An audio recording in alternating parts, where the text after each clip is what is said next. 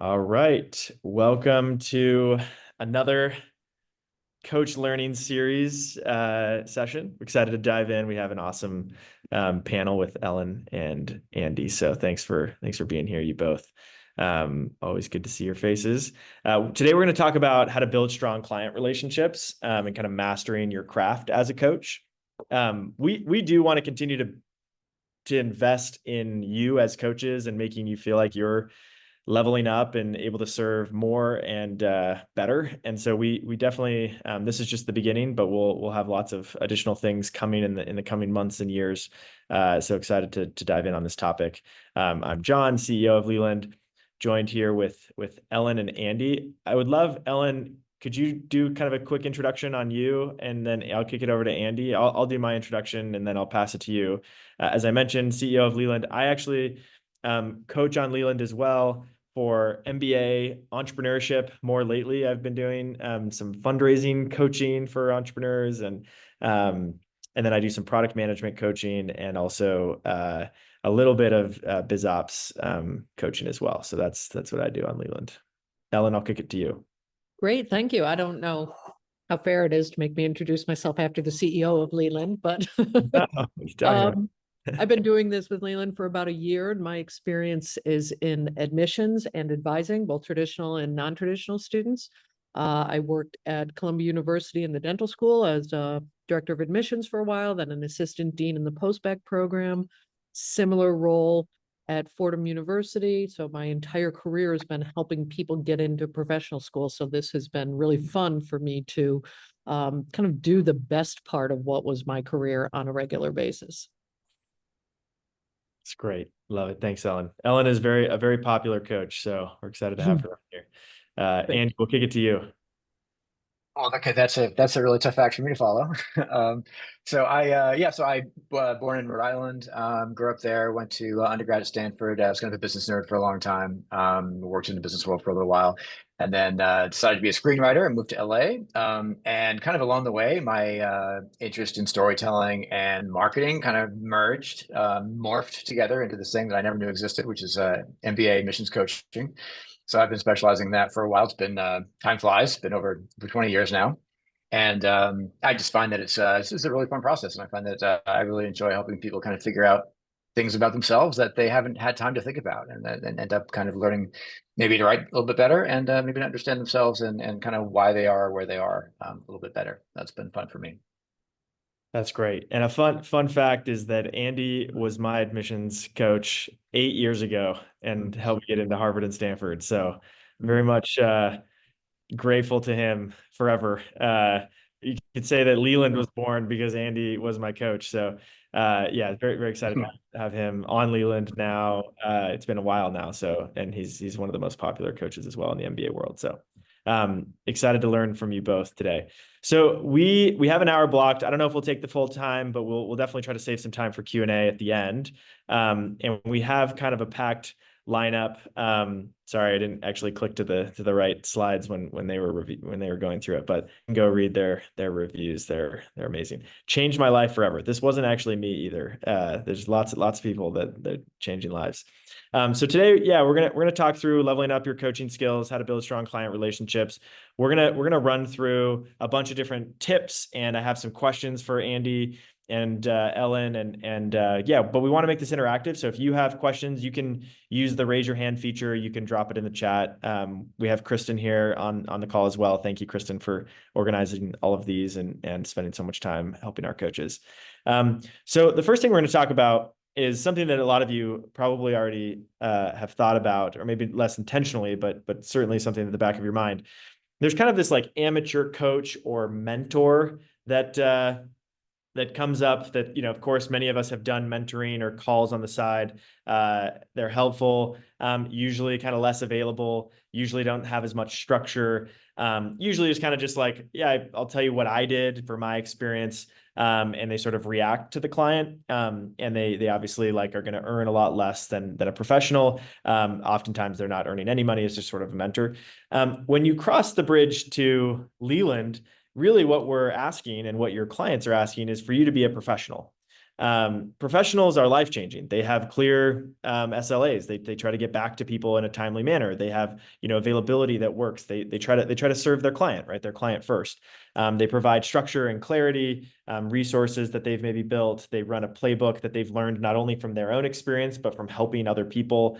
They play offense, meaning they're following up, they're proactive, and they have really massive earning potential. And we see this often on Leland. There are several coaches on Leland earning hundreds of thousands of dollars because they've really crossed that bridge and are now kind of in this bucket and really excelling. And I think there's, as a professional, you definitely grow over time. But I'd be curious to ask you, maybe we'll go to you, Andy, first, then over to Ellen. How did kind of your journey from amateur to professional, or even as a professional, how have you kind of leveled up your services as a coach? Yeah, it's a great question. It's a long list, actually. I've been thinking about that, and I don't want to say everything I have to say in the entire hour here. So I'll just I'll start with some of the big ones. I think so. I mean, there are two parts of it. There's like managing relationships, managing expectations. Big part of that, making sure that they're building the relationship, and making sure things kind of stay contained and reasonable, not spilling over into from 1 hour to 3 hour call or something like that, because kind of the day-to-day kind of administrative little tips and tricks. But the main part for me is just really the learning curve. When I first started doing this, I would spend a while looking at an essay and trying to figure out what I thought about it. And some things jumped out at me right away, and other things wasn't really sure about. And I would just like go take a shower and think about it and then come back and like, oh, finally, okay, now I got it. I would take about, I don't know, 2 or 3 times longer, I think, to really come up with a good helpful take on what an essay was missing, what it needed, and how to provide that. And the other, so, and that was a huge, I mean, that's a huge part of what I figured what I do that adds the most value. The other thing I do, I think, that adds the most value is helping people connect dots in their lives and figuring out like what is their story in the first place, because I haven't really thought about this before. And asking questions just to try to get them to come to a certain point that works great in a story. And that's hard. That was a huge learning curve. And I would say just putting in the time, being patient with the material, staring at it, and just knowing that you're going to get faster and faster at coming to these judgments and kind of figuring out like what a piece needs and what it's missing. That improves a lot over time. It's like anything else. It starts out really kind of agonizingly slow, and you have to work at it a while before you get way better at it. But getting better at it is the huge thing that adds, I think, the most value. I don't think this role is just about giving people advice, because we know a process better. I think there's a huge value add, I think, to making people's essays better, and a huge value add, I think, to helping people understand themselves. And both of those take a lot of preparation and a lot of time. And like for me, that was the main thing. A lot of other things I can get into, but that was kind of the main thing, I think, for me in terms of adding more value. That's great. Ellen, what about you? What have you changed about your style, your coaching, your process, anything else? Well, I think above all, it takes a tremendous amount of organization, which was not always my strong suit, but has really pushed me to make sure that I have everything in its place and I kind of know what's coming up. And I've built in a lot of time for myself to do the advanced work or the post work with students or clients that I'm working with. But I agree with Andrew. It's also a matter of really getting to know these individuals and what they're bringing to the table, because there is so much information that floats around out there that they see on kind of any given website that is not true, or that, as you had said previously, and the difference between amateur and professional, I jotted it down, a tailored playbook instead of using something that worked for someone else. Understanding what your own strengths are, and it takes time to get to know someone, right? So that intro call that I do for 15 minutes, if it feels that it's going to be very promising, it often runs over, because I'm like, well, tell me about this and tell me about that. And the wheels are turning and I'm starting to kind of toss out ideas on the direction we could go with things. If students don't realize, I keep saying students, if clients don't realize that all of their experiences can bring something to this process, then they're not getting everything out of it that they could.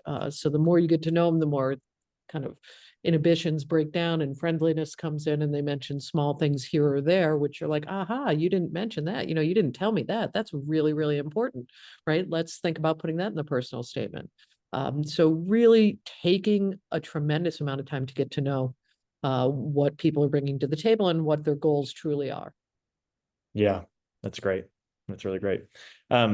Yeah, I think you both kind of mentioned this a little bit around intro calls and sometimes they can go long, but often I think the relationship piece and the trust is built even before you buy, and in many reasons is the reason why you buy. And so I think one of the things that we've noticed is that the best coaches are actually generous with value in a free call. Which I think is sometimes counterintuitive to people, where they feel like, oh, I don't want to give away my secrets, or I don't want to give away too much. But the reality is most of the clients are thinking, wow, if they just gave that to me for free, imagine everything they're going to give me when I pay. Imagine what's going to happen when we actually get into it. And of course, there is a line where you say, you know what, I would love to get into that question. The reality is, like, there's a lot to unpack there, and here's maybe a couple things that I think about, but I'd love to spend more time, in our next session about this. You sort of like assume, hey, we're gonna work together. Let's talk about this in our next session. But that relationship and that generosity, and sometimes that means going over, especially for high intent customers. You are doing a little bit of qualification yourself, but for the ones that you think, oh, this person would be a really good fit for me, you want to be generous. So let's talk through just generally like what we've seen and observed. Every coach is different. We also know that we have admissions coaches, we have test prep tutors, we have career coaches, we have executive coaches, we have all sorts of different types of coaching, and that's only growing on Leland. So it is a little bit different depending on the different categories, but we often will see the best coaches hosting events or creating content, doing everything they can to gather reviews, kind of initial seed to show up and really merchandise themselves well. They also do a really good job, especially in intro calls, highlighting the experience they've had with past clients. So sometimes that's anecdotes, sometimes that's stats, sometimes that's even introductions to people that they've worked with to say, hey, yeah, you're welcome to get a sense for my style if you want to talk to this person. I've done that for Andy for a number of clients that he's thought about working with. I'm happy to chat with anyone. So I think kind of building your bench of successful clients and leveraging them to your advantage, even asking them for referrals, I think is a great way to do it. And it's all because when the client comes through the door, when they show up on Leland and they look at one of your profiles, what they're interested in is, has this coach helped someone like me achieve what I want to achieve? And so if you work backwards from there, that's where the reviews, that's where the referrals, that's where, anecdotes, stats, that's really what they're trying to get at. And then I think the last bucket is coaches that feel comfortable. Of course, you don't need to know everything, but it is helpful to share your expertise and to feel comfortable being someone that they can really lean on. And of course, like, you're not going to submit their application, or you're not going to submit their job, or you're not going to show up to the job interview or whatever for them. But you can play a supporting role and keep them on task and really help them. And in many ways, I think, especially in a world of AI, the human inspiration, the human connection actually matters more than ever. And so I think really leaning into that is super valuable. I think to jump into the next, and by the way, I'm jumping through a few different tips. Ellen and Andy, if you have additional thoughts, just raise your hand and flag it. We do have a couple questions that I want to follow up on these. One of the things, and I'd love to, maybe I'll flip this over to both of you.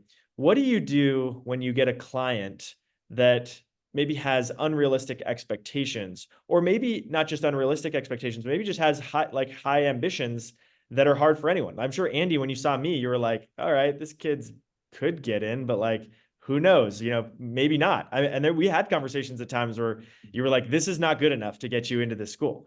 How do you kind of balance this, like, encouragement so they don't feel bad about themselves or give up on their dream when, we of course aren't the arbiters of whether they get into school or get the job or whatever, but also, like, help them set themselves up for success so that they don't leave discouraged, but they leave feeling empowered? I try to focus on just positives on both sides. So, I look at an applicant and say, look, this is the great stuff about your profile. This is awesome. This is great stuff to be excited about. On the other hand, people in the applicant pool you're competing with, they're doing all this volunteering. They're doing all this community service. They have all these leadership responsibilities. They have all these achievements. They have all this time in the workforce, maybe more than a certain applicant who's a little bit younger. Focusing on, like, all the things that the competition does, that's just super impressive. And you don't have to tell them, you don't do this stuff and you're way behind and you're, you're not doing anything that's that impressive. Even though that might be true, but they figured out, they do the math, they connect the dots, and it is super important. I mean, obviously you have to, of course, it goes without saying, you have to be realistic. You can't give people a false sense of security and hope if there's no shot whatsoever. You have to be honest with them. It's aside from setting yourself up for like a customer service disaster, when the thing doesn't work out that they were sure was going to work out because you told them it would. You're also, it's unethical. You should be taking people's money if to apply to a school that they have no chance of getting into, but you're not telling them that. So, but focusing on the positive is the thing I think that helps. You have to be really brutally honest, but you can be brutally honest in a way that's positive and have the same effect. Yeah.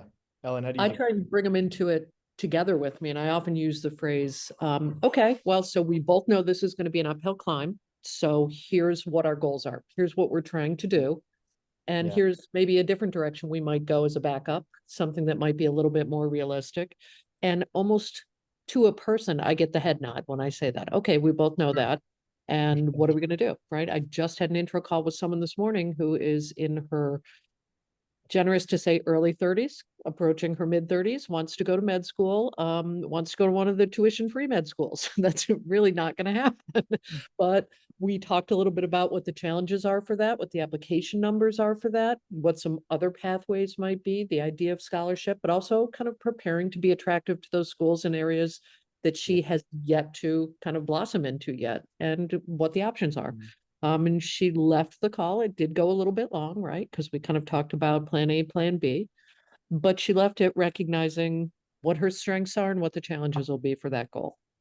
Yeah, I like that a lot. Yeah, I think the we, that's a really clever way to say it. You know, like, we as a team, I'm going to do everything I can to get you in a place that you are, you know, successful here. And I know that your dream is this school or this company, and I'm going to do everything I can to get you to that point. We also know that that's a really competitive program, and, you know, comes with all sorts of challenges. And so let's also explore some other alternatives that could be a really good fit. And, you know, we can kind of compromise in that I'm not going to kill your dream, but I'm also gonna kind of help you, shepherd you in the right direction, and encourage you to do your own research as well. I like that a lot. Those are both very Hey John, before we move on, I just have a quick question. Yeah. For both Ellen and Andrew, like, or Andy, whichever, I think both of you guys kind of touched on this, is like setting up a clear game plan almost of like, hey, this is where we're at, like this is the reality of our situation, and going forward, like this is the expectations of what it's going to take to get where you want to go. So I coach the LSAT, so test prep. I think something that I've personally dealt with a lot that I imagine both of you guys have experienced is clients will come to me and say like, hey, I saw that you helped out one of my friends, or like I read a review that said that you did this. So I went ahead and, like, for example, I have a client that purchases like 2 or 3 hours, and they'll, after like an intro call, and they'll say like, this is what I can commit to. Like 3 hours, it works for my budget, works for my schedule, works for my timeline. But so much of the work, as you guys know, like writing the essays, reviewing, happens outside of that. So for me, it's really difficult to be like learning is not linear. I have no idea if you need an hour to learn conditionals or all three, and you want to learn a lot more than that. So I think I have a little bit of trouble in understanding, like, or at least balancing, like, here's the honest reality of what we're both going to have to do, and what you are coming in expecting it's going to take. It might take more than that. It might take less than that. I don't know, but I don't know. And that's the thing, is like, I can't tell them like, hey, I think you're going to take five hours, or I think you're going to take 3. We need to have a call first and like diagnose it, like figure out where you're at, your realities, and then we can kind of figure out a game plan from there. But in the intro call, it's really hard to say like, I know where you are and I know what it's going to take. You know what I mean? So how do we set that balance, that game plan in an intro call before they start going like, got 3 hours with you, let's crack this in 3? You know what I mean? I will jump on that because that was actually part of my intro call this morning after we talked about kind of all of this, the challenges, the unrealistic expectations, kind of other directions that this person could go. She said, well, I would love to work with you. Do you think 4 hours will be enough time? And I mean, this is like a 500-hour program, you know, this is everything. And I kind of said, well, that, you know, the personal statement itself usually takes 3 to 4 drafts, which is about 3 hours of us going back and forth. And if 4 hours is your budget, why don't we kind of start with 1 hour, and you can see kind of what I will do with you during that time, and then you might come to understand, why it might be more valuable for you to move forward. And she seemed okay with that. And then she talked a little bit about more, well, if I did the personal statement package, that was 3 hours. What if I had time left over, starting to kind of look at how to put it together. And I did bump it back to Leland a little bit, saying, if you want to talk to them about putting together a package that works for you, we could do that as well, because Andrew's been very helpful with me kind of landing sales that way, because I am not a great salesperson. That's it. No, that's great. Yeah, please lean on our team. We are happy to. That's a great call out, Ellen. We are happy. Andrew is, and Kristen or me or anyone, happy to help shepherd you to the right people that can help close clients that you think could be really valuable. One thing that I'll add, we ask clients up front what their budget is for coaching. And what we see, while it is predictive in some ways of how much they go on to spend, one thing that we see all the time are these outliers that people that came in saying, hey, all I have time for or money for is 2 or 3 hours. But the reality is, especially for the types of coaching that we do as tutors or admissions consultants or career coaches, the upside, if it goes well, is dramatic. It's like often 10 times, 100 times a payoff of what they would invest, even if they spent $10,000 or something on Leland. Because if you can get that job that pays you $20,000 more and that accelerates, or you can get into a school that has earning potential or starting salaries at X number. So it's often more of an investment, and it's a value conversation. And I think a lot of times the best coaches shift the conversation from how much money or budget from that to, hey, my goal is let's talk about your goals. Let's talk about like, where do you want to be in 2, 3, 4, 5, 10 years? And let's paint that path. And the first step on this is crushing the LSAT. And if you want to be a lawyer, you want to go to a good law school. And the LSAT is a major part of that. And so, I want to be mindful of your budget. I care deeply about the investment. One thing that Andy did as an anecdote, Andy always, when I worked with Andy hourly, and he always rounded down the time we spent to the nearest increment of 5 minutes. And it was such a small thing, but I was like, wow, Andy cares so much about my time that he's willing to spend 17 minutes, but call it 15 just to be nice. But it was like, wow, that, I know that if I'm spending another hour with Andy, he's going to take that seriously, and it's expensive. But it also, I think the more time that I spent, the more I was like, I probably was one of those people that was like, yeah, 3 hours should be fine. And then like the first hour I was like, well, first of all, there's a long ways to go. Second of all, like that was really helpful. And so part of it is a little bit of the, like, how do you get someone in the door enough? And Ellen, you mentioned this, like, why don't we do this? Let's do 3 hours together. I think that we can make some progress there. And I think you'll see that progress. My personal perspective is, and this is based on working with dozens of other people, we probably need more like 10 to 12 hours. So that's probably where we'll want to go, but I'm totally fine working within the constraint you have for now. And then let's kind of move on from there. And usually after those first couple hours, they're like, great, this budget thing that I had in my head is actually more of a construct of just, not trying to, it's just sort of a risk type thing. And they're really willing to spend more. So I don't know, just a couple thoughts. No, that was helpful. That was definitely helpful. I think emphasizing the value I provide, emphasizing like this is what we can do together in the time that the budget that you have. That's very helpful. So thank you, everyone. I appreciate that. Yeah, I do think there's value in being flexible with people, because the reality is some people do just have less to work with. And so figuring out, you know what, okay, we only have an hour. I think we could spend 20 hours together. We could spend 50 hours together, but I'll work within that constraint, and we'll get you as far as we can go. And I'll give you some, homework to do or whatever. And then, at the end, I'm going to say, you know what, I would love to continue to work together, and we can kind of move on from there. So anyways, it's a great question, Ishan. Thank you for asking.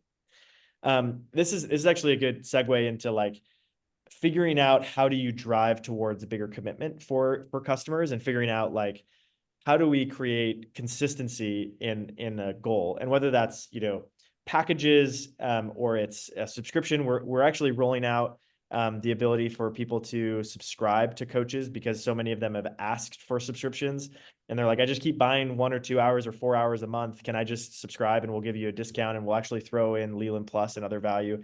So we're kind of moving towards figuring out ways to drive commitment on their end. But a lot of it is like these people have this dream that they know is ambitious, and they know it's hard to get into dental school. They know it's hard to get into an MBA program or hard to get a job in product management or whatever. And it takes time. And so I think figuring out ways that you can give them a taste of the value you provide through an intro call or through, trial session or through your first 3 hours, and then really following up and saying, you know what, I think we could really work together, and here's how I would structure it. And this ultimately comes down a little bit to how do you package your expertise or your playbook or your, what you're delivering, because coaching is nebulous, it's fuzzy a lot, and a lot of these people have never used it before. I didn't even know what an admissions consultant was, and I was applying to an MBA program, and someone was like, "Who are you going to use?" I'm like, "What? What even is that?" And so I talked to Andy. I'm like, "What are we going to do? Like, are you just going to, read my essay while we're together?" And it's like, oh no, like here's how we're gonna work together. We're gonna work through your resume. And usually what I like to do is have you send that to me beforehand and I'll review it asynchronously. And a lot of these people don't even know you can do asynchronous work. It's like, oh, I thought I just needed to be on the call with you while you read through my essay. So kind of, I think figuring out how do you package that drives their willingness to pay way up, because they start to feel like the risk of spending more money goes down because they know kind of the playbook of how you're going to work together. So that's one of I the. would like to just, for it. so I'm not familiar at all with MBA admissions, right? I do the healthcare side of Yeah, things. that's great. I don't know when the season opens or anything like that, but right now for my students, so medical, dental, I can do PA, vet, all of that. This is when we're leading up to it, right? They all open in either April, May, or June. So right now, the students that I am getting from the free events, all my free events have been around the personal statement. So they're going to buy a 3-hour personal statement block with me. We're doing it in advance. When the application opens and they suddenly see, oh, there's all these secondary essays I have to do also. And now I'm not comfortable doing it without someone who knows what they're talking about helping me through it. And that tends to kind of grow into a larger package. So that's been a really good strategy that has worked for me. And I think students have really gotten a lot of value out of it. That's great. Yeah, that's a great idea. We are, one of the things that is interesting about Leland is obviously we have this breadth of categories. And one of the bets that we made early was that if we can help someone with one goal, they will think about us for the next goal. And I think this is a great example. Like if I work with someone for my personal statement, when I get secondaries or interviews or even residency applications down the road, I'll want kind of a partner in that. And we see that all the time. So we now have people that come to us for internship help, and then they come back to us for, GRE tutoring, and they come back to us for MBA admissions, and they come back to us for career coaching. And so I think, figuring out ways you can do that within your own coaching and saying, hey, you know what, let's chunk out the resume, let's chunk out this, and let's knock it out. Their willingness to then kind of commit to longer goes way up. So that's great. All right, let's talk through kind of figuring out how to frame. This is more of a sales tactic in some ways, but is also, I think, real, but helping the client kind of feel urgency or the desire to like actually make a decision. And part of this is like, I've had a client that I've been talking to about deferred applications for months, and they've just been delaying it because I probably haven't done as good of a job on this as I should have. And then they ping me and they're like, okay, I'm ready to go. Like, applications are due in 3 weeks, man. Like, we could have been working together for all this time, and now they're ready to go. So part of it is to drive sales for you, but a lot of it is to kind of keep them on top of things. One of the things that we see coaches do all the time is say, look, I have, and Andy, I've seen you do this well. Look, I only take on whatever 8 to 10 people per cycle. I have a few spots left. Those will likely fill up in the, whatever time period. If you want to get going, like, I'm happy to reserve a slot for you. Once those get booked up, I can't guarantee that we can work together. And so using yourself as kind of a finite resource, which you are, I think helps people to take action and move quickly. Is there anything that you've done, Andy, that you've seen work well in this vein? I wish I could. That kind of sums it up. I wish I had more tricks up my sleeve for that. There are sometimes there's an applicant I'd love to work with, and they just won't make a decision. It's like pushing on a string. Like I can make myself unavailable, so that I can't. And sometimes you get in the trap of you better sign up because I'm going to be full by Friday, and then like Friday comes and goes, and they get back to you a week later. Sorry, I missed your email. I guess you're full. You're like, oh well, wasn't actually full, but now I guess we're not working with that person now. So yeah, it's kind of like I kind of have a different kind of a tiered approach to like how much pressure I put on.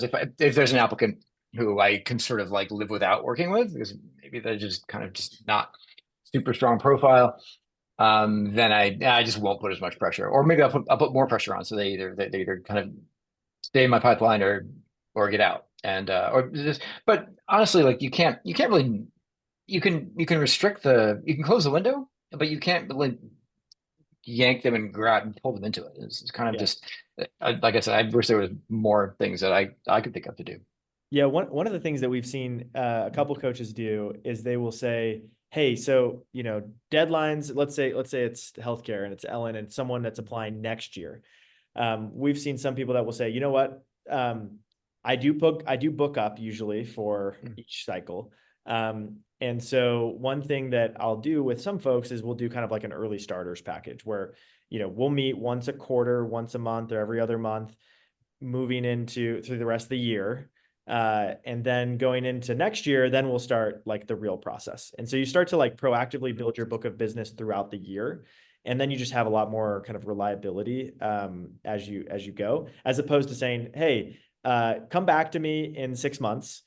Because if you do that, it's often that they get distracted or they find another person, or you just kind of lose the linkage that you had. So we've seen some of those tactics work well, and also be really effective for clients, because there's things that you can kind of prompt them to do early on, like get more volunteer work or whatever, and it's not too late at that point.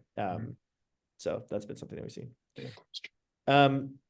Let's talk about follow-up. We've seen a lot of coaches that do this well. They'll use discount codes. Andy, one thing that I've seen you do is you'll even say, "Hey, if you're willing to finish your application 2 or 3 weeks before the deadline, I'll give you $1,000 off," or something, because everyone always waits to the end of the deadline. And part of my, the capacity constraint is like the 2 weeks leading up to the deadline is constrained, but like the few months before are kind of fine. And they're like, "Oh, well, I get a deal working with Andy. It solves Andy's problem if he doesn't have the capacity to serve everyone at the very end of the deadline." And then sometimes they say they don't finish before the deadline and they move to, hourly or something else and pay more. But so sometimes the discount codes work. We did just build a recommended offering tool. These have become really popular. So after you finish an intro call, you can click recommended offering or recommend, and you can pick package or 2 hours or 5 hours or whatever, or a subscription. It sends that off, sends them an email, and then it feels like, oh, this coach is kind of prescribed something for me that would be a good fit. We've actually seen some coaches go through and send it to all of their intro calls, even from the past, because it's been so effective. So, and we've also heard from clients like, "Yeah, I'm not going to book anything until they recommend. I just want to see what they'd recommend for me." So it's almost like they're waiting to see what the coach thought would be the right fit. And some of that speaks to like, you're the expert. They want an expert to tell them, "Hey, I believe that we can get to where you need to go in X amount of time," or I believe that the best place to start is for 2 hours or whatever. So that's something that we see people do. I actually had my own Black Friday discount code, which was very exciting for me. Yeah, that's great. That's a great idea. Yeah. So After free events, I often have for anyone who attended this, a 10% off. It works for a handful of students. I mean, it might just be what they need to make it affordable for them. Yeah, we see this all the time. So we've now started to invest more in kind of our sales motion, which is why, you guys have met with Andrew or maybe Rob, that are talking with clients, because a lot of our clients say, "Hey, you guys have so many awesome coaches. Can I just talk to one of you to figure out which one would be a good fit?" And we've found that we can sell them up front, and then we can come to you and say, "Hey, we already have this client that's been pre-qualified." And so we're starting to kind of experiment with that. But one of the things we see all the time is this tendency to react to deadlines. And so they will often do something similar, Ellen, where they'll say, "Hey, we're actually running a discount through the end of February, where if you book, or the end of April or the end of March or whatever it is, and if you book, you'll get $100 off or $10 off or something like that, or an early bird discount or something like that." And so a lot of coaches will kind of do that. on their own as well with the clients that they have, or they'll do a free event, which any of you can host free events through the product. We often will do panels, but you can do a free event. We'll help. At this point, we have a big enough scale that you'll at least get some people that will show up to that event, and you can kind of drive traffic from there. So anything else that you guys have done or seen done well with pre-sale process? I'd just like to say that the free events, I was at first a little bit intimidated about what am I going to say to all these people, right? But when you do an Ask Me Anything, I mean, they just show up and fire those questions, Yeah. and they love it, right? You're just kind of saying, oh, Susan wants to know this, and Rashid wants to know that, and you're just reading out of the chat, and you get so much great feedback because it's just let me go to this expert and just ask my couple questions that I have that'll clarify the process for me. And I think I've gotten most of my clients through those. Yeah, that's great. Yeah. I've done a few of those too, Ellen, where it's like, I don't have time to put together any curriculum, but I'll just do a 30-minute AMA or whatever, how much time you have on the time that's convenient for me. And from there, I'll end up kind of booking a few clients. So, yeah, that's a great idea. Okay, let's keep going. Yeah, I think we've talked about this a little bit, but I think the best, and this is a quote from Tim, but the best way to sell more is to just be, good at your job and helping to, helpful to them. So they start to kind of get a taste for the value. And Tim said, yeah, I try to do a really good job with clients and be open to the idea of working together on more things. Keeping a good relationship going with past clients has probably been the biggest source of new business for me. Tim is interesting because he does MBA, but he also does management consulting and he does some career coaching. And so he'll often work with someone to apply to a job. And then they get their job and Tim will say, hey, is there anything else that we would want to work on together? Do you want to just kind of keep a steady, meeting on the calendar? And so he's built this business where the same people are just kind of booking him every month. And that's been a really valuable tactic for him to kind of grow his client base. Obviously it depends a little bit on the categories you're in. Let's talk about bringing structure to the coaching relationship. We know some of our coaches have built resources or templates or videos, and you can contribute those to Leland Plus, and you can make a little bit of passive income. If you're interested in learning more about Leland Plus, we haven't invested a ton in Leland Plus, but we are going to be investing a lot more there because we get a lot of customers interested in just videos and resources. We've also found that most of our Leland Plus customers start there and then move on to coaching. So it's kind of a way to warm them up to the idea of working with a coach. However, a lot of our coaches just create resources for their clients or have examples or other things. Andy, Ellen, anything that you do, trackers or just docs or Google Drive setups or things that you kind of recommend to your clients to help bring some structure to them? I absolutely have a Google Drive that I use for each of them. Everyone gets their own folders. Some are shared, some are not. But I have actually started to make really great use of the Notes app right in the Leland platform. You get a lot of leads, a lot of 15-minute phone calls, and it can really help to just drop small details in there because when the person comes back and becomes a client, they're so excited when you remember what their husband's name is or where they moved here from, or one of them has a 2-year-old and I know his name and I can check in and see how he's doing, and they really just feel very comfortable when you can make that connection. Yeah, that's really nice. Yeah, it just shows that you care. That's great. Mm-hmm. I think it's important to let form follow function too. I think there are some really good solutions, and it's that make a process easier to really add to it. But like the Google Docs folder, of course, makes a lot of sense. One thing I remember though from working with Menlo, they used something called, I think, Basecamp. I think MBA prep school uses a different thing, and a lot of these I get the idea behind it, but clients didn't like it. I didn't like it either. It's like you're always getting spam from it's not actually spam, but it's like you're always getting these basically useless updates. Like it's this constant stream of emails, and I worked with clients who found it annoying. So I think adopting the cool new thing because it seems like it's it's supposed to be great and it's supposed to solve all your problems, but it doesn't. There aren't necessarily problems that you actually have. Probably is overdoing it, but I think actually being specific and surgical in terms of meeting needs that do add value and streamline the process does make sense. I think it's important just to kind of be choosy and careful about making sure that what you pick actually does help. Yeah, that's great. Yeah, and I hope that Leland can build Mhm. some of these tools for you over time. I'm sure we'll be pinging all of you for feedback and thoughts Mhm. when we have some cycles. Anything that you do, Ellen or Andy, to structure your coaching sessions? Does it tend to be more, what they want to talk about? Yeah, anything that you do to bring structure to what you're going to work on with them, or even if it's not just within the coaching session, but just the full lineup of what you're going to work on. I find that for me, I find that most of the time I really need, especially now that I'm pushing myself to kind of take on more clients. I really need to be prepared, and especially for a really tough essay like What Matters Most. It's a super wide open essay for a Stanford business school.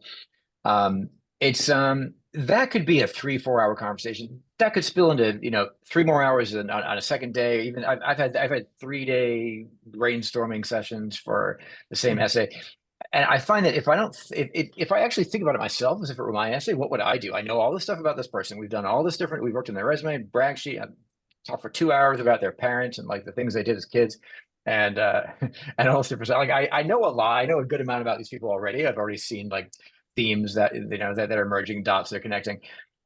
If I spend even just 15 minutes, just think about like what can we actually do here with a story, and I come up with an idea that I like, or even like most of an idea, but I'm not sure what some of the other pieces are. And those are the things that we can discuss in our brainstorming call. Then that makes it so much easier than trying to just struggle with it together with like no advanced planning. So advanced planning, coming up with your idea, and in some cases brainstorming, it's a spectrum from look, I have an idea, it's perfect. Like I've been thinking about this for weeks since we started, and basically this is a brainstorming conversation where I'm basically pitching this to you and showing you why it's so great, and hopefully they buy it and they do a good job writing it. The other end of the spectrum is I have a kind of a pieces of an idea, but there are some things I really want to learn more about. So let's talk about those and kind of do some partial brainstorming. But I think if you go in there with nothing, as I have before, it's just you're trying to figure it out for days and days, and it's not necessary. It's just like you can't do as much for your other clients when it takes that long.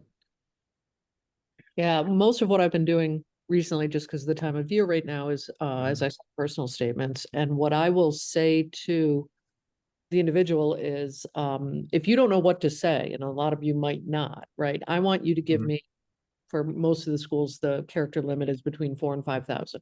I want you to give me 10,000 characters, everything you're thinking of in your head on the paper in advance, right? Send it to me, no structure, no outline, no nothing, just every single thing that you're wondering, does this belong in my personal statement? Give it all to me. And in our first meeting, we're going to talk about it. And I can usually read through that with a trained eye very quickly and say, this is what we're going to lead with right here. This 11th paragraph buried down here, that was probably the last thing you thought of. We're going to build around that. And so when I meet with them with usually kind of an annotated document that they had sent me, I'll say, this is why this doesn't matter. And this is why this is important. And they feel like they're in on it. And then we kind of brainstorm at a second level, right? But not wasting time. They send it to me in advance. Andrew, probably the same with you. You can look at it pretty briefly, all things considered, and know what works and what doesn't, and the direction I might want to go in. And they love that, right? They love that because I didn't know where to go. You had me give you everything, and now we have a direction. Yeah, that's great. Okay, these are great tips. We're going to keep moving because we're only on tip 7. We have 13 minutes left. We're close though. I think we're almost there.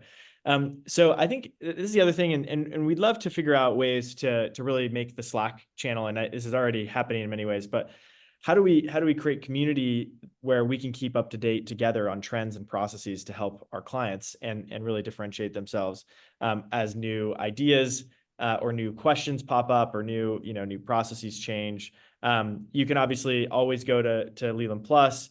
You can and see what other coaches have done. If you contribute to Leland Plus, you get access yourself. You can engage in relevant forums. So we have a lot of coaches that are active on the Reddit channel, and they'll drop their Leland link there, or they'll answer questions. You can obviously follow industry leaders and attend webinars, conferences, workshops, whatever you can do within your specific domain. It does just help them feel like, oh, they've kind of stayed up to date in the process. And we obviously as a team will try to do that as well, but we have so many of these different categories that the experts are really you. And so figuring out how do we support you in that, and use Slack and other resources to help you level up is super important to us too. So we'll keep thinking about that one. The tip number 8 is clients that recognize the seriousness of the client's financial commitment. I did put the round down to the nearest increment of 5 minutes. Like I do, it was just a small thing, but it meant a lot to me that the coach, that Andy, cared enough about how much money I was spending. And I think sometimes when we see clients come in and spend, $300, $400, $500 or $1,000 really, really quickly, we sometimes forget that that's like, that's a real investment. It happened, it means a lot to these people. And I think recognizing that and communicating the seriousness of that, and that you see that, I think just helps them feel confident that you're going to use their time wisely, especially if it's a specific number of hours. If it's a more comprehensive package in nature where you don't have a agreed upon number of hours, I think figuring out how do you help them feel seen and that they are getting enough time with you is super important, and following up to make sure that they get their clients, or they get their sessions scheduled, making sure you show up on time as much as possible, or communicate ahead of time if you're not going to be there. But just kind of making sure you're going above and beyond to recognize how big of an investment. The best coaches, on number 9, show a degree of professionalism. So they respond in a timely manner. They cancel meetings 24 hours in advance, and they never make the client feel like they're a burden. This might be obvious, but it's funny how when we vet coaches, we have a vetting process and want to make sure we're bringing on the best coaches in the world. And it's less than 10% of the people that apply to Leland actually end up becoming coaches on Leland. We have a long wait list of people yelling at us saying, why can't I get on this platform? Because we want to keep the bar really high. But it's interesting how sometimes we'll get someone that comes through the door and they look incredible. They have done all these amazing things, but turns out they're just mean. They're like not a friendly person. They're not nice. They're not inspiring, not encouraging. And it's like so much of your job as a coach is just being a good human. It's just like, helping people feel seen and heard. And I think this is especially true maybe when coaching isn't your full-time thing, and you're juggling a life and other things going on.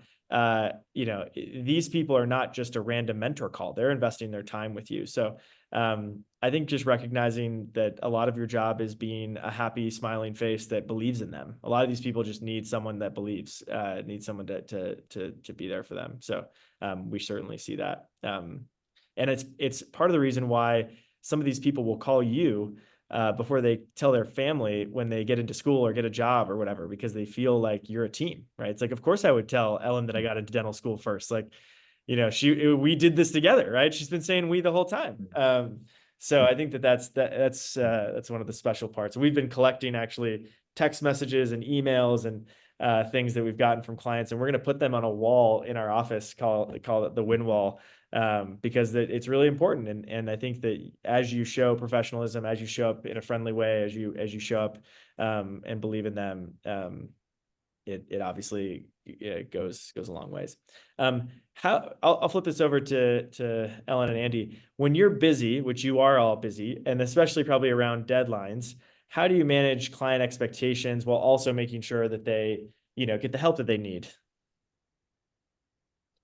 Well, yeah, I mean, so you definitely can't overemphasize how important it is to sort of just lay down the ground rules from the very beginning. Always be consistent. I find even the nicest people who I like the most will still kind of take things for granted if you're, because they don't realize the thing you're doing that's maybe not part of the process is actually you're doing it for free, is actually a freebie that you're doing to be nice. They don't know, so they'll come to expect it, and it's not them being jerks. Like it's just normal. Like I do it too if I didn't know exactly how this worked either. I'd never done it before. So you really, really have to be incredibly clear early on, and you have to draw the lines and not cross the lines. One of the consultant I mentored a little bit at SBC told me a time about how she's having a really hard time with her clients, and I was saying, "Well, what's going on? Like, well, why is it so bad?" And she said, "Well, she was at an anniversary dinner with her husband at a nice restaurant, and a client is texting her. She knew that she was going to be at this dinner. Client's texting her anyway, and then finally ends up And so leaving a message saying, we're going to have a talk about how accessible you are during like from like 9 to 8 p.m. or whatever. And I was like, I was just, it blew my mind. Like that's letting it get way too far, obviously. Where it gets to the point where it's just like, it just blows up in your face. And then you have to have this conversation where like, no, I can't do this. Like, oh, but you were doing it before. Oh, but I really can't. I wasn't supposed to be then. And it just is. So yeah, you can't, like, you have to draw the line to not cross some set expectations from the very beginning. Most important thing. And What are the yeah, I mean, expectations that you that's set, just- Andy, if you don't mind me asking, like when you tell well, clients sure. your SLA? Yeah. So yeah, so the thing is, like, when I change them, I basically write myself a note that I have to change them for the next round because I can't change them during the process. That's how written in stone they are. That's the thing. So like whenever but basically it used to be 24 hours across the board for feedback. And now I'm doing more like, so for example, I'm working with some round 3 applicants while I'm still working with round 2 applicants, which is not my first choice, but they probably wouldn't sign with me if I told them to wait until January, February. So I'm telling them that, okay, until the round 2 deadlines, I'm going to be more at a 48-hour turnaround, just so you know, because that's my main deadlines are the ones I have to prioritize. And I just lay down. But so I think pretty much I'm now at like 48 hours for most things. I try to do better. Usually I do. And more like 72 for like a final polish on something. And that's basically what I do. And usually I try to do better than that, under promise, over deliver. But yeah, I just it's so like it's so hard to change it during the course of a season that I basically have to write myself a note so that I can change it like for the following thing next time. That's great. Ellen, anything else you'd add? It's okay. Yeah. I embarrassingly, not proud of this, had to move a client meeting this morning, right? Because I recognized that I just didn't have everything he needed yet, right? I needed to give him, he wants very clear instruction, feedback, what have you. And I just felt that I needed to put more time into it. I reached out to him mere kind of half an hour before we were supposed to meet and said, hey, this is not going to be kind of the norm, but I'm wondering if it would be okay if we move this to tomorrow. He bought a 20-hour package. I know it was a bit of a stretch for him, and he really is worried about every minute. So he was very gracious about it. And tomorrow, however long we talk, I'll only charge him for half of what it was. I know I'll end up getting that back, but I also know it'll mean a lot to him. And I think it's a kind of a nice payback because, he did carve out his time and I was unable to meet that obligation. I could have wasted his time, but I didn't want to do that. So tomorrow he'll get more than he paid for and we'll be good. Yeah. I think it's a great story. Oh, go for it, Andy. Oh yeah, I just have one more thing to add. I think it's something I'm kind of still getting used to, but I think it's an important thing to do is usually, I mean, so I have a problem with kind of just being like too nice, like in a stupid way. Like, so if someone rambles, like I'll let them ramble, and like I should just interrupt them, but I need to get better at politely interrupting people, and I'm working on that. 20 years into my consulting career, I'm working on that, and but keeping these calls contained because they can be like you don't have to have like a call that's 3 hours where you basically have 1 hour of substance, like that's not necessary. So I'm trying to do that, and that's actually been helping, and just kind of keeping things kind of on the and also other expectations, for example, so sending a draft that's way too long, that slows everything way down. It's so much harder. It slows us both down so much.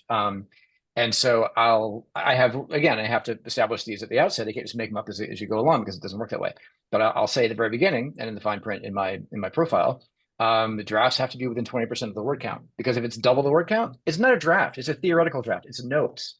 Some people want to send me like 3 pages of notes, like 2,000 words. Like, I guess it's in there somewhere, but I'm not sure what it is. You figure it out. And that's not how it works. Like I don't write an essay from someone's notes. Like that's not the service. So I just emphasize, like, if it's too big, that it has to be, if something that has to be rewritten, then it's a theoretical draft. It's not really a draft. We need a draft. And so it has to be within 20%. So like kind of having those ground rules that get us started off to a much better start, and that also keep our calls contained so that they're more focused and they don't spill over into like half my day is like talking to one person about their life, just unnecessarily. That's one of the things that's allowed me to take more clients, like because I was kind of at a ridiculously small number for a while. Yeah, that's cool. I like that. both of you, those were really good tips. Both of you shared a lot of really interesting things. And I do think that both reflect just like a respect for your client that is really valuable. And I think speaks to like a long-term mindset of, hey, if I give a great experience to this person, they will share with their friends, they will buy more time with me, they will have a good experience, they will be successful, and that will lead to, more success on the platform. And that's obviously, and more success just in your career. I think is a great way. This is obviously a little bit of what I was mentioning before, but the best coaches care. They inspire, they build confidence, they challenge, they support, they respond. There were many times where I sent my draft to Andy and he said, this is not good enough. It doesn't mean that you lie to them and tell them they're always amazing, but it does mean you believe in them. It does mean you celebrate them. Hopefully it's like the best part of the Slack channel is the Go Places channel where everyone shares the success stories. And it's just cool to see the impact that you're making. This is a really important work that all of you do. It's deeply impactful. I don't have it pulled up here, but I had one of the best emails I ever got was from this first gen student who got into HBS and said, because of you and Leland and Andy, my life and my family's life is forever changed. I don't know how to say how thankful I am. And each of you get to feel a part of that, right? Every day you're helping people reach their most important goals.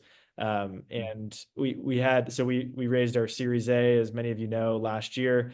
And the investor, Forerunner, that led the round said, we thought about Leland as we thought about the kind of pyramid of human needs. And at the very bottom is like, kind of basic needs to provide for your family. And we think that you kind of you are in that strike zone. Like you are helping people with the most foundational thing that they care about, which is, can I put food on the table for my family? Can I reach this goal that will unlock opportunity for me and my kids and my posterity? And that looks different for someone applying to dental school than, someone that needs executive coaching or LSAT tutoring or whatever it is. But it's foundational, and you guys get to play a role in that. So I hope you know that what you're doing is really important and is inspiring to us. And we're really excited that you're a part of the journey. So thank you for being here. I know we are at time, so we are not going to go through the last couple of questions, but this is so great. Ellen, Andy, you are awesome. Thank you for all the tips. If you have questions, anyone, feel free to ping Kristen or Erica. They're here to help, or me. We're always around, and really appreciate the time that you guys have spent.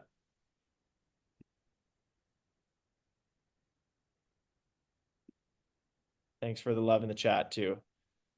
Denise, Jesse, all of you, thank you guys for joining. Marissa, good to see you all, and good luck with everything. We're here if you need us.